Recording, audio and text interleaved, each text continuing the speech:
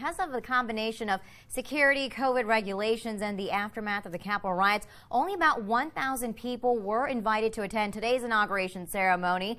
And actually, we're now joined live by the chair of the Maryland Democratic Party, Yvette Lewis, who is one of those special guests at today's historic inauguration. Chairwoman Lewis, thank you so much for joining us. What an exciting day and exciting memory. How was it actually being out there and being a part of history?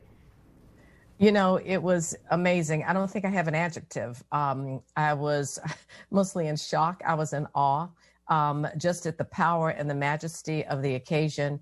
I was so proud to see the transfer of power happen in a way that was dignified, that was reflective of who we are as Americans and who we want to be moving forward. It was an honor to be in the company of our elected officials, Republican and Democrat, because they were all there. And they were there because they wanted to respect and honor the occasion, regardless of what side of the political spectrum they were on. I saw collegiality among the elected officials. Sometimes you don't always see that on television, but I did see that today.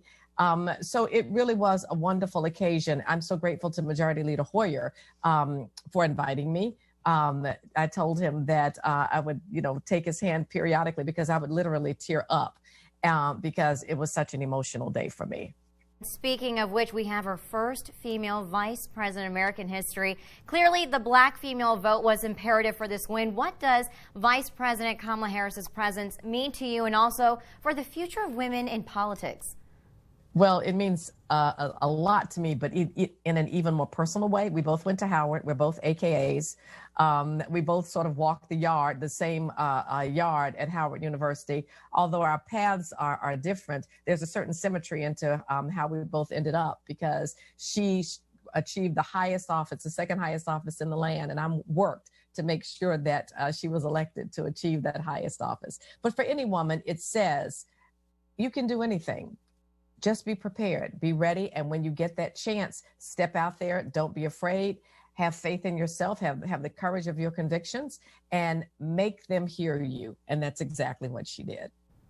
And Chair Lewis, this is a new beginning. Democrats control the presidency, the House, and the Senate. What did you think of President Biden's inauguration speech, and how do you think it'll shape what we'll see this year?